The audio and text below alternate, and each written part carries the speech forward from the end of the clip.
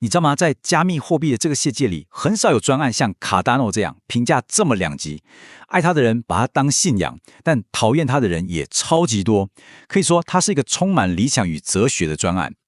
好，那到底为什么？是什么让 Cardano 和他的代币 ADA 变成一个这么有争议性的话题？想了解它，我们就得从大家最常骂他的点，也就是他最大的疑虑开始看起。想搞懂 Cardano 到底在玩什么，我们得先诚实面对一个问题：为什么这么多人不看好它？毕竟嘛，你看他这几年的币价表现，说真的，实在是有点不怎么样。对，这些就是大家最常拿出来讲的几个点，说它开发有够慢，跟主流不相容，开发门槛又高，然后币价表现又输给别人。老实说，这些批评都蛮有道理的，给人的感觉就是慢一个字，市场在嗨什么，它好像都跟不太上。那最有趣的地方来了 ，Cardano 做了一个超大的决定，就是不跟以太坊的 EVM 相容。你知道 EVM 基本上就是现在智能合约的通用标准，这一个决定就完全分出了两条路。EVM 链上的东西可以很轻易的复制贴上，所以生态系长得飞快，但这也代表bug 跟安全漏洞也会一起被复制过去。Cardano 呢，他就选了一条比较难走的路。但如果我们换个角度想呢，如果这个慢根本不是缺点，而是他刻意设计的一个特色呢？这个问题就是理解 Cardano 整个策略的关键了。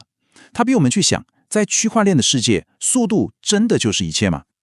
好，我们来看看它这个不一样的基础，来聊聊 Cardano 的核心技术是怎么把安全摆在第一位的。这一切啊，都要从它的记账方式，也就是 EUTXO 模型开始说起。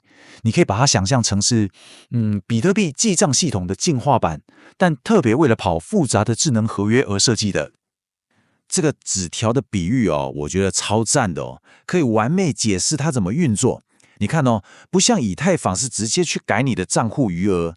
EUTXO 的运作方式更像是我们现实世界用的现金，每一笔交易它都会把旧的纸条销毁，然后创造出新的纸条。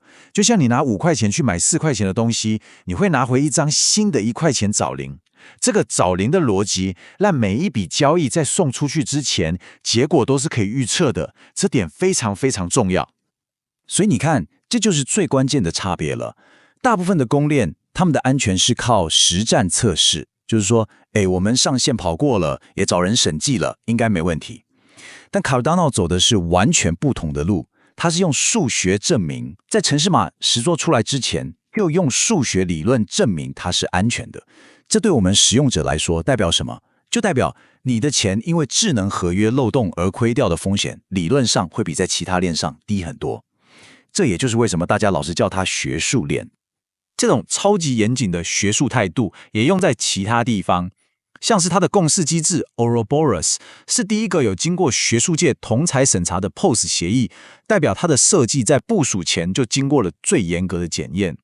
还有一个很酷的东西叫做硬分叉组合器 HFC， 这让 Cardano 可以在升级的时候不会像其他链一样搞到社群分裂，新旧版本可以很顺畅的过渡。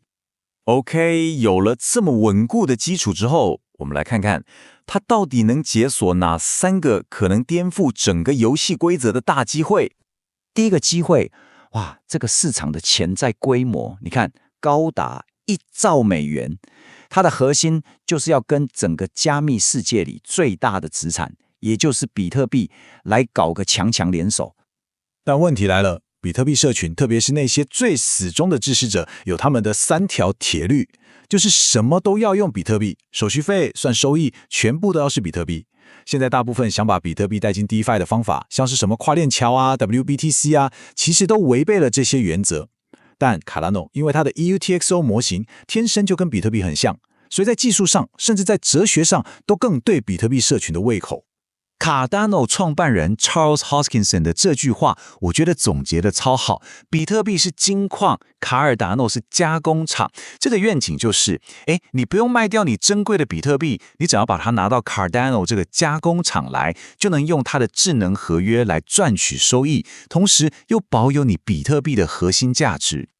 好，第二个机会，这个市场规模更夸张，是50兆美元等级的，目标是把区块链跟传统金融、医疗这些很需要隐私的产业连接起来。而要做到这一点，就需要一个叫做 Midnight 的专案。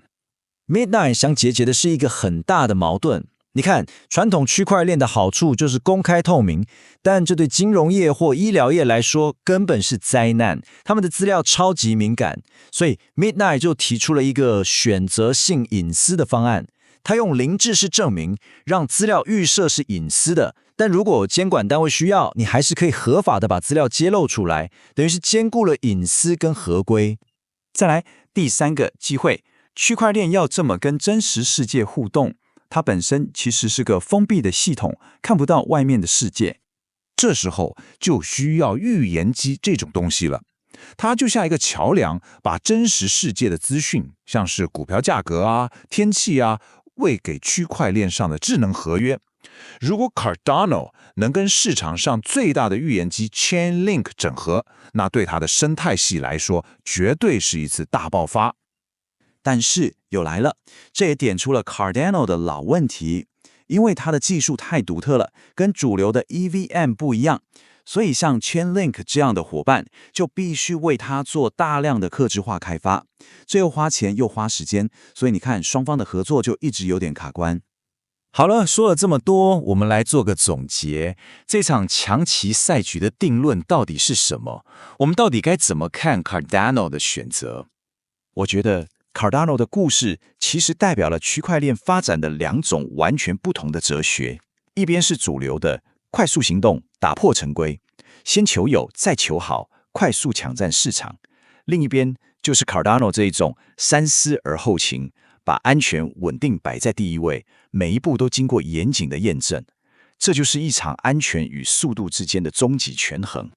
所以说到底，投资 Cardano 其实就像下一个赌注，你赌的是长期来看，一个建立在数学证明上的坚实基础，会比短期的速度和炒作更有价值。